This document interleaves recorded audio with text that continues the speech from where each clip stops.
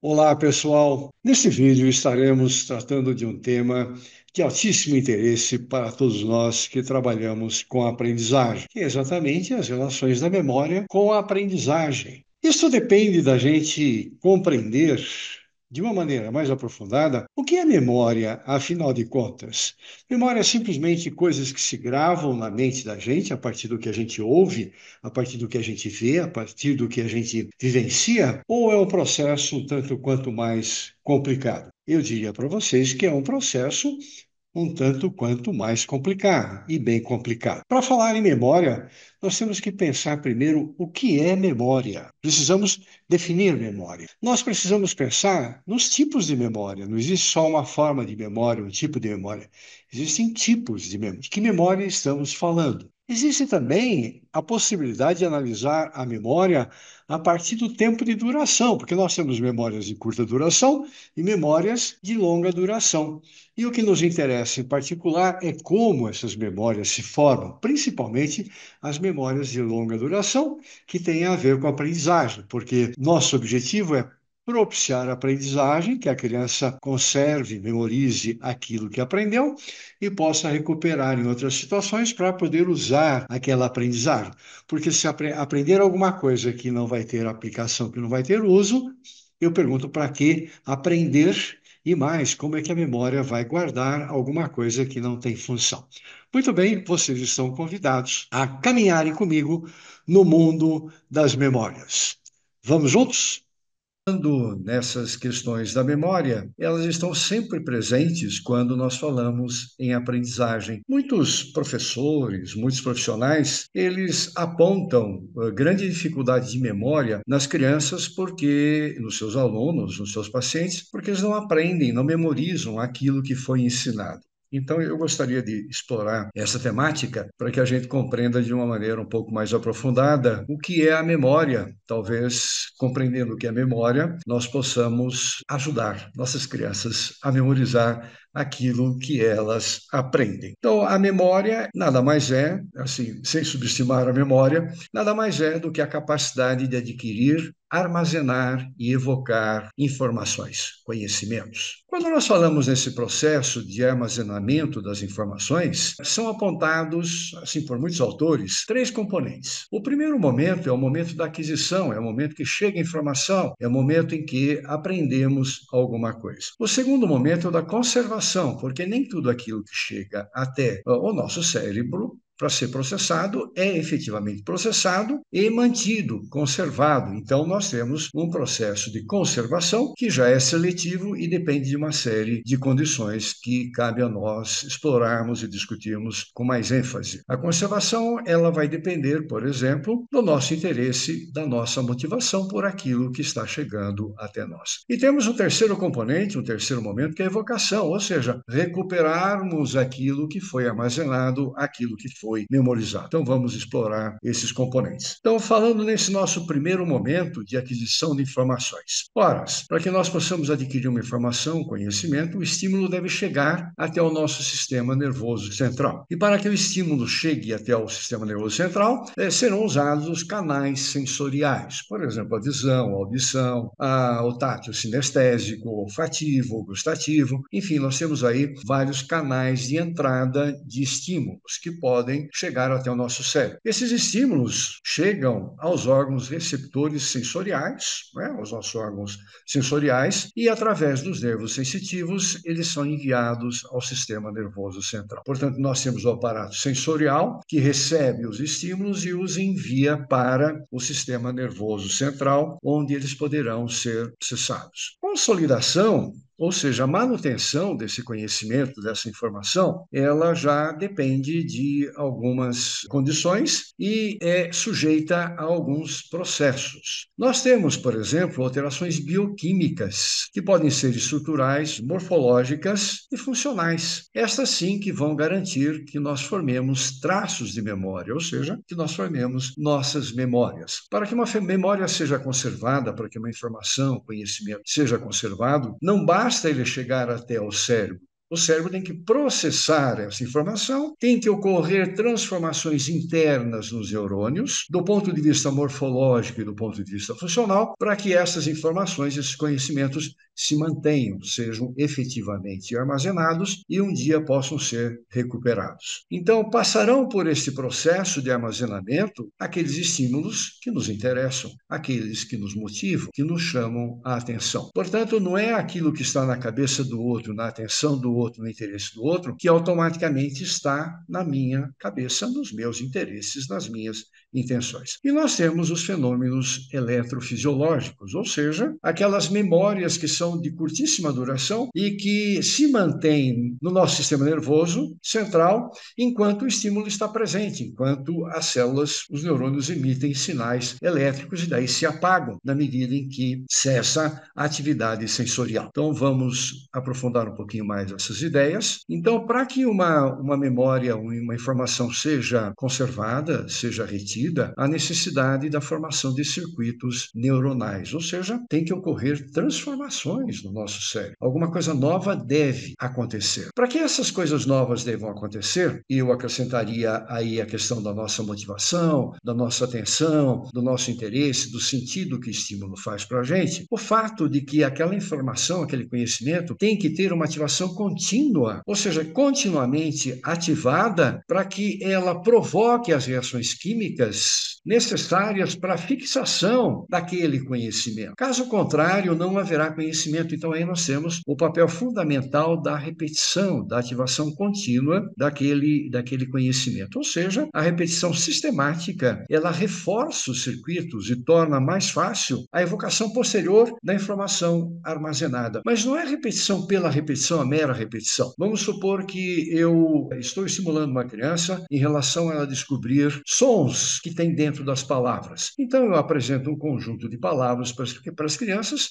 elegemos um som-alvo e a criança vai procurar, vai pensar se as palavras têm ou não aquele som que nós estamos propondo a ela. Não é uma atividade de consciência fonológica. Mas não adianta eu fazer isso uma vez. Eu tenho que fazer muitas vezes, mas não com a mesma palavra. Eu vou variar as palavras, eu vou variar os sons, eu vou variar as situações e essa repetição variada, sistemática, frequente é que vai garantir a ativação contínua e a formação dos circuitos neuronais, as transformações que nós desejamos para que o conhecimento se estabilize. Portanto, não adianta eu fazer apresentações ocasionais, não adianta eu apresentar de vez em quando um estímulo para a criança, acreditando que isso é suficiente para provocar, essa estabilização das memórias. Então, essas alterações bioquímicas, elas ocorrem morfologicamente, e eu trouxe até uma figura para ilustrar a situação. A primeira figura que mostra aqui o corpo celular, um botão sináptico e, enfim, está aí funcionando o nosso sistema nervoso central. Chega uma informação nova. E essa informação nova nos interessa, estamos repetindo sistematicamente, ativando essa informação, esse conhecimento, e o que é que vai acontecer nessa ligação original? Vai acontecer transformações, ou irão acontecer transformações. Novas ligações sinápticas ou novos botões sinápticos poderão aparecer, como vocês estão vendo aqui, o botão B, e poderá facilitar a passagem química de informação de um neurônio para o outro, a transformação desses impulsos elétricos que se transformam em reações químicas e depois se recompõem na forma de impulsos elétricos, ou seja, uma facilitação da ativação da passagem de informação de um neurônio para o outro. Então, para que isso ocorra, nós temos que ativar sistematicamente a informação. Isso significa prática, significa usar a informação sistemática para que ela não ocorra com risco de apagamento, ou seja, tenha ficado numa memória de curta duração. Portanto, a prática ela é fundamental nessas situações. E nós temos tipos de neurônios e sinapses que são formadas. Então, aqui na primeira coluna nós temos os neurônios sensoriais, que são aqueles neurônios que saem dos nossos órgãos dos sentidos e levam as informações até o córtex cerebral, as regiões primárias do córtex cerebral, de acordo com a modalidade sensorial que está sendo ativada, auditiva, visual, tátil-sinestésica, olfativa, gustativa, enfim, leva até essa zona primária, as áreas primárias de recepção dos estímulos. Essas áreas primárias ativarão áreas secundárias e terciárias, que são os interneurônios do sistema nervoso central. Eles se conectam às diferentes modalidades, aquilo que é visual se conecta com auditivo, com tato sinestésico, com proprioceptivo, enfim, há uma rede de conexões muito grande, como vocês podem ver aqui nessa coluna, né, do meio, onde nós vemos ligações sinápticas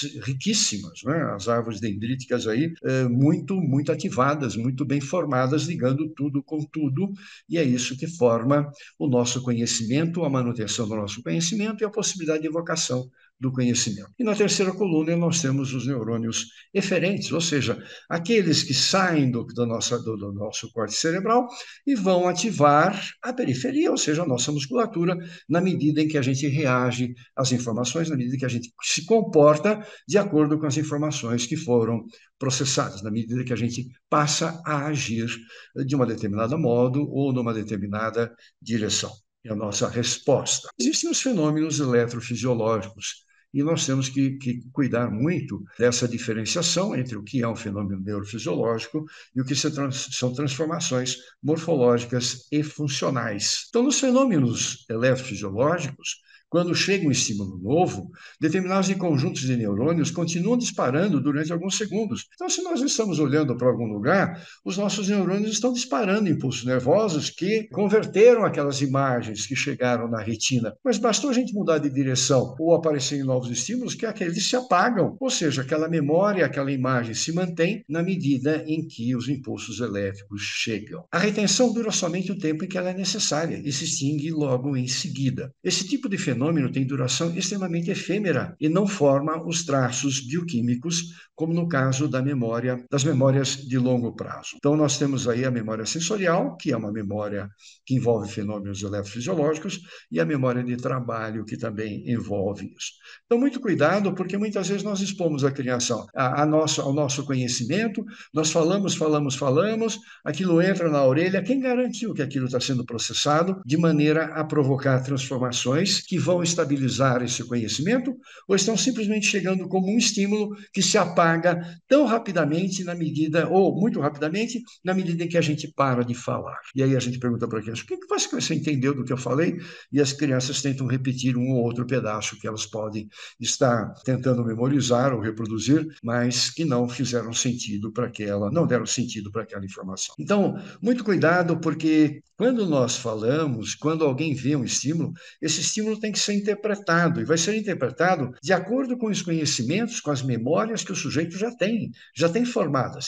Na medida que um estímulo chega, quer seja visual, quer seja auditivo, quer seja, enfim, as nossas informações, as nossas dicas os nossos ensinamentos, qualquer coisa que estamos passando para alguém, quando essas informações chegam até o córtex automaticamente ele ativa tudo que o sujeito já tem a respeito daquela informação, que pode ser associada àquela informação. É esse o material que vai tentar dar sentido, compreender. Portanto, se nós não temos um conjunto de memórias anteriores, ou seja, esquemas de assimilação, para poder entender a informação nova, não vai haver compreensão. Não havendo compreensão, não vai haver memória de longo prazo. Não haverá transformação nos neurônios. Então, nós temos que garantir, como ponto de partida, compreendemos qual é o conhecimento que a criança já tem a respeito daquele tema, a respeito daquela informação, a respeito daquele conhecimento. Então, armazenar uma informação não significa simplesmente colocá-la dentro de neurônios como se fosse uma espécie de arquivo cheio de caixinha que a gente vai enfiando as coisas lá dentro. Não é assim que a memória funciona. Quando uma informação chega,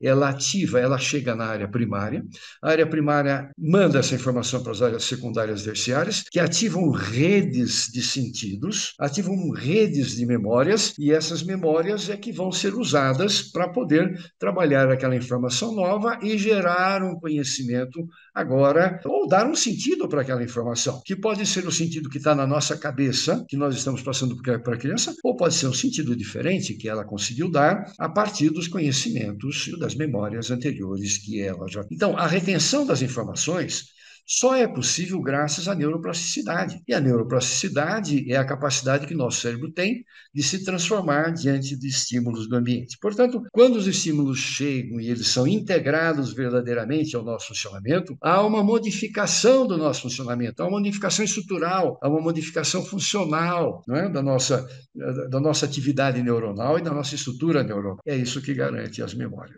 Então, aqui eu trouxe essa imagem que ela pode nos ajudar a compreender um pouco mais essa questão que nós estamos abordando agora. Então, aqui nós temos na primeira coluna as células nervosas de entrada que garantem o envio das informações até os neurônios primários. Então, aqui nós temos essa imagem aqui abaixo. Vamos supor que isso daqui é a atividade cerebral. Os neurônios chegam na camada de entrada, que são os neurônios das zonas primárias. Eles ativam as camadas intermediárias, zonas secundárias e terciárias, ou regiões secundárias e terciárias, que garantem ou que já ativam uma rede de conexões. Tudo se liga com tudo, inclusive passa pelo emocional, passa pelo afetivo, que vai dar o tom da aprendizagem e que vai nos levar à motivação. Eu quero aprender, não quero aprender, aquilo faz sentido para mim, não faz sentido para mim. Assim como vai ativar o campo semântico. Como que eu estou entendendo aquela informação? Como que aquela informação vai impactar nas informações e nas memórias que eu já tenho?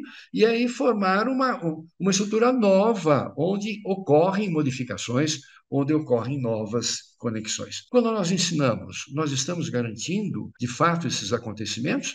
Ou nós estamos simplesmente jogando informações, acreditando que isso vai para caixinhas que um dia a criança abre e recupera tal e qual chegaram? Engano nosso. Não é assim que o cérebro funciona. Primeiro precisa ver se foi para alguma caixinha ou se foi para algum lugar. Depende do nosso interesse, depende do impacto afetivo, do tom afetivo que a gente coloca naquela entrada, naquele impulso. E é claro, depois de organizado, depois de assimilado, nós temos a saída. Então, aqui a gente tem os neurônios, os interneurônios, que garantem toda essa rede de conexões e de novas conexões, na medida que chegam novas informações e elas se combinam com as anteriores e modificam essas anteriores, e aí é ativada a saída, são as nossas respostas. É o nosso comportamento, como é que nós vamos agir de alguma maneira. Motoramente, intelectualmente, não importa, mas é a resposta que a gente vai dar para aquele estímulo que chegou, foi trabalhado, pode ter sido conservado, pode ter sido trabalhado e descartado, depende das circunstâncias, como pode ter se estabilizado e permanecido como uma memória de mais longa duração, que vai produzir respostas da nossa parte, né, de uma maneira mais sistemática agora. Que isso tudo ocorra, a necessidade de sínteses proteicas. E essas sínteses proteicas, elas dependem da repetição das informações. Então, muito importante que a gente aborde com as crianças o que é que está sendo feito, como que ela está fazendo, que ela pense novas alternativas de usar aquele conhecimento, enfim, para que essa informação nova, ela seja muito ativada. Não é uma repetição mecânica automática, mas um dia chega até mesmo aos automatismos. Como é que a gente pensa que os nossos automatismos foram formados? A partir de repetições sistemáticas. Só que aqui nós estamos levando para um outro plano, o plano da reflexão, de pensar como é que eu estou fazendo, das variações que eu posso fazer de uma determinada maneira. Vamos supor que eu estou aprendendo a fazer um bolo. Ora, eu posso fazer modificações na receita desse bolo. Eu posso seguir a receita tal e qual ela me foi dada, como eu posso experimentar. O que importa é ativar esse conhecimento, essa informação. É assim que as memórias de longo prazo, ou as memórias se transformarão em memórias de longo prazo e poderão ser reativadas.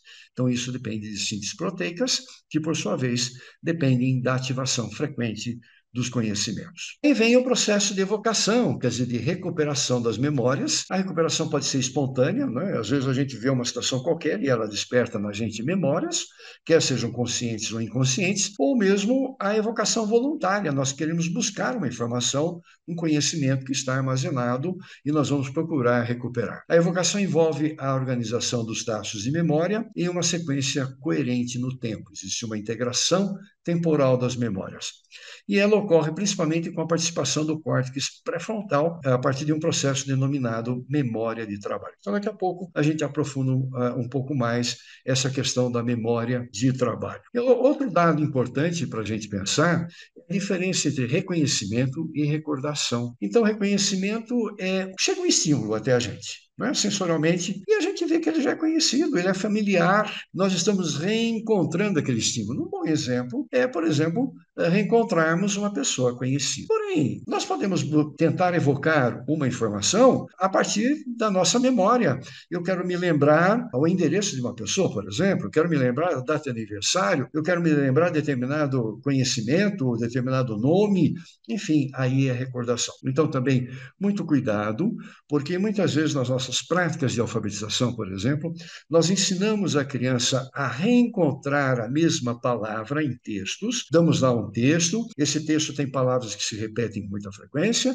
e a gente manda a criança toda hora procurar a mesma palavra, e depois a gente acredita que na medida que ela reconhece aquela palavra que ela memorizou, ela está lendo. Então, ela reencontra a palavra em outros textos, ela fala, aqui está escrito tal coisa. Isso é reconhecimento. É diferente dela recordar essa palavra, independentemente de estar vendo em algum texto. Aí nós temos a recordação, nós temos uma imagem, uma memória muito mais bem definida, muito mais bem trabalhada, muito bem mais detalhada. É por isso que muitos professores dizem assim, professores e mesmo colegas profissionais, às vezes dizem assim, olha, eu estou trabalhando com a criança, ela está lendo, mas ela não está escrevendo, ela lê, mas ela não escreve. Ela lê muito mais palavras do que ela escreve poucas palavras frente àquelas que ela lê. Ah, e como é que você está trabalhando isso? Ah, eu trabalho dela ficar reconhecendo as palavras como um todo. É claro, a estratégia que nós estamos usando não é uma estratégia fonológica, não é uma estratégia fônica, nós estamos trabalhando com uma estratégia ideovisual e que acarreta, de fato, essas consequências. Então, essas questões teóricas estão presentes na nossa prática no dia a dia. Memórias também podem ser classificadas de acordo com o tempo de duração. Tem memória que é muito curtinha, tem memória que dura a vida inteira, né? Então, nós temos memórias de diferentes durações. Então, nós temos a memória sensorial, a memória de trabalho, a memória de longa duração. Vamos olhar para cada uma delas mais especificamente. Aí vocês têm uma imagem de uma rua extremamente movimentada, lá de Nova York, veja quantos estímulos visuais tem, e de repente acabou, aparece outra imagem, nós viramos o rosto para outro lugar. E aqueles estímulos? Eles estavam na nossa memória enquanto os nossos neurônios estavam ali numa atividade elétrica, mandando aquela informação que chegava até a retina, transformando essa informação, essa imagem, em impulso visual, em impulso elétrico, que vai lá para a córtex, e a córtex se mantém ativada enquanto o sentido também está ativado. Desativamos o sentido, mudamos o foco de atenção, aquilo desaparece. Então, isso é uma memória sensorial. Então, muito cuidado, as memórias sensoriais não garantem registros.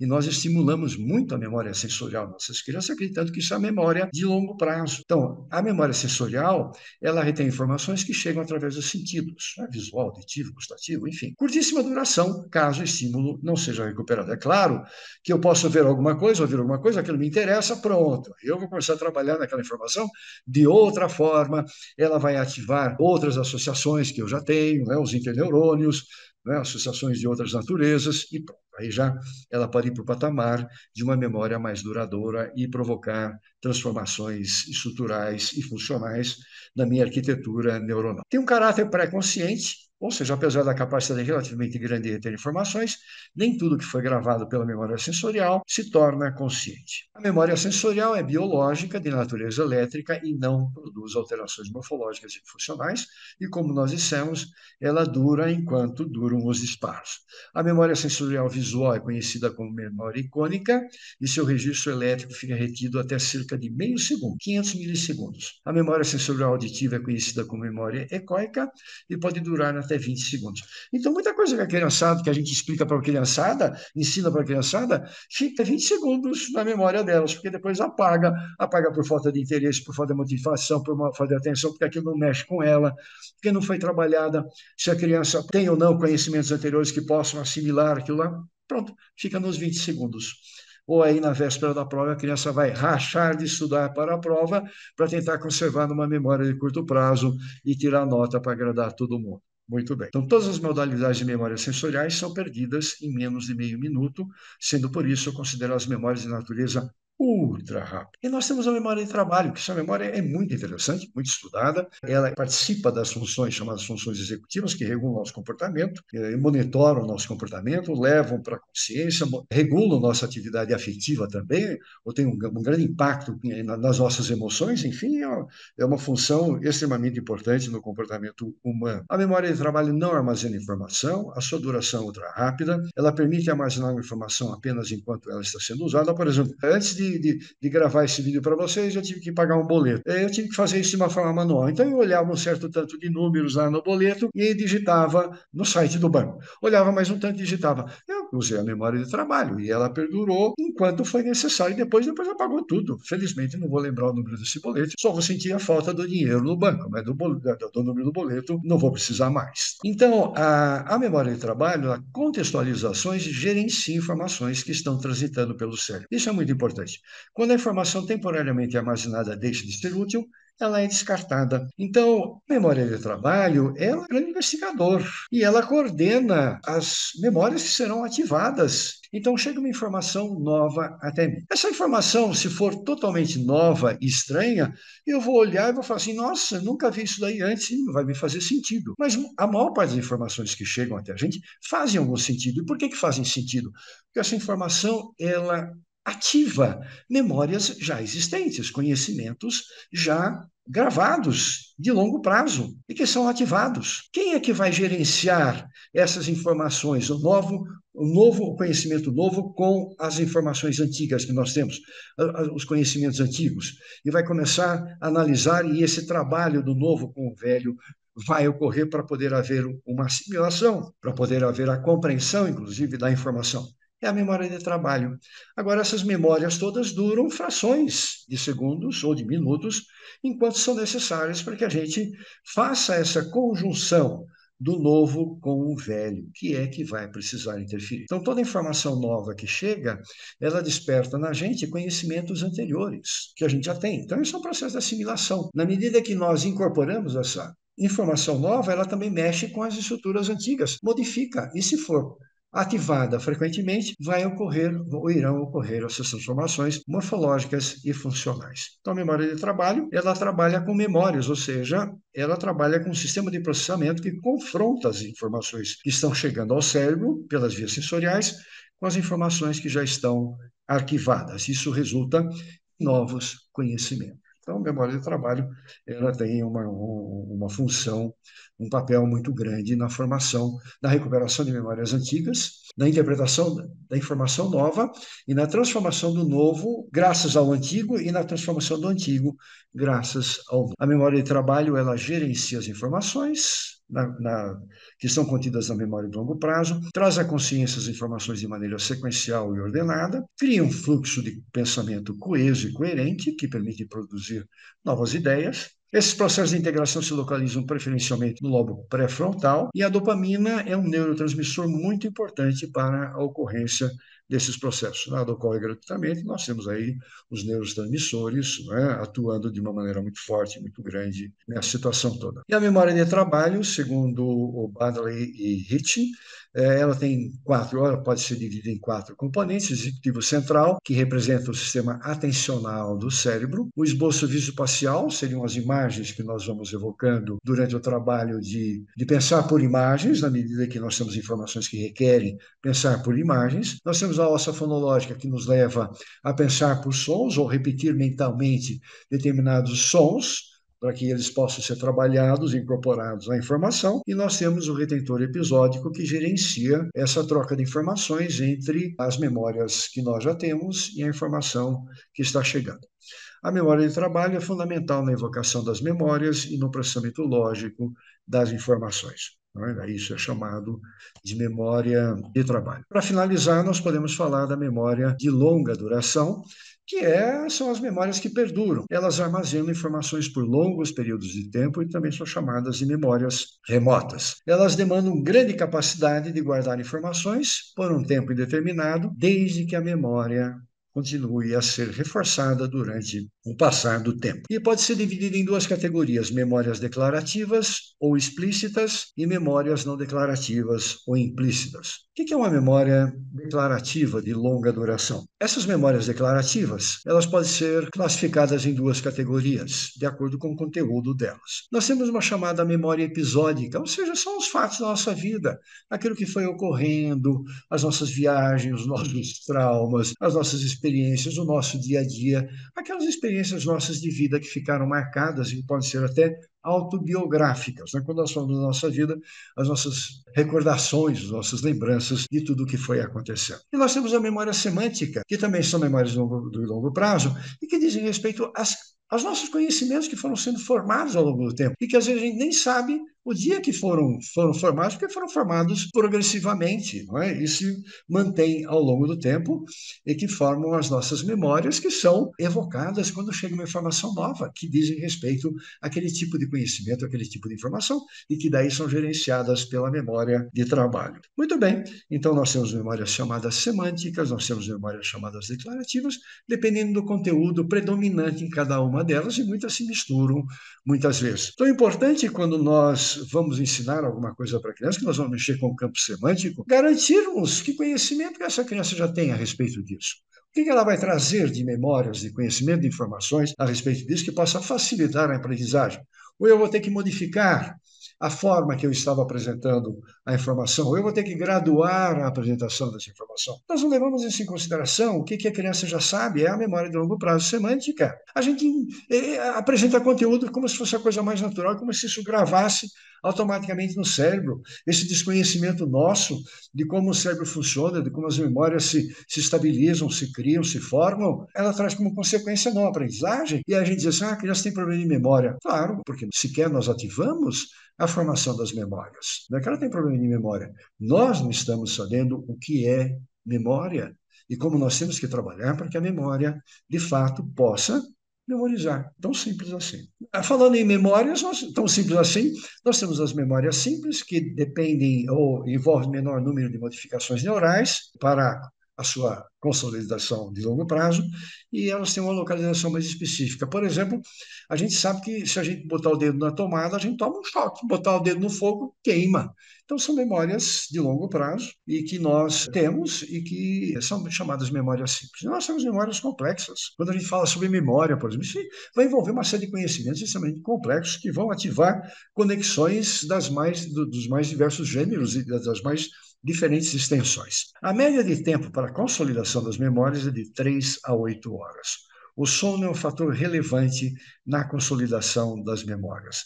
A consolidação das memórias pode ser alterada em função de drogas, interferência de outras memórias, ou aumento e diminuição excessiva dos neurotransmissores. E também nós temos um fato curioso, que é o chamado caráter instável das memórias. Então, o que muitos estudos mostram é que toda vez que nós evocamos uma memória, por exemplo, uma memória episódica, que a gente conta um fato da nossa vida, quando a gente guarda, essa memória já está modificada e na próxima vez que a gente for falar sobre, já não é aquela memória anterior. Então, as memórias são dinâmicas, elas não são eternas, estáveis, imutáveis, elas são reeditadas a cada vez que nós as evocamos. Outro dado importante para a gente finalizar é que as perdas durante o processo de consolidação são naturais. Nem tudo é fixado, nem tudo é guardado, nem tudo é memorizado.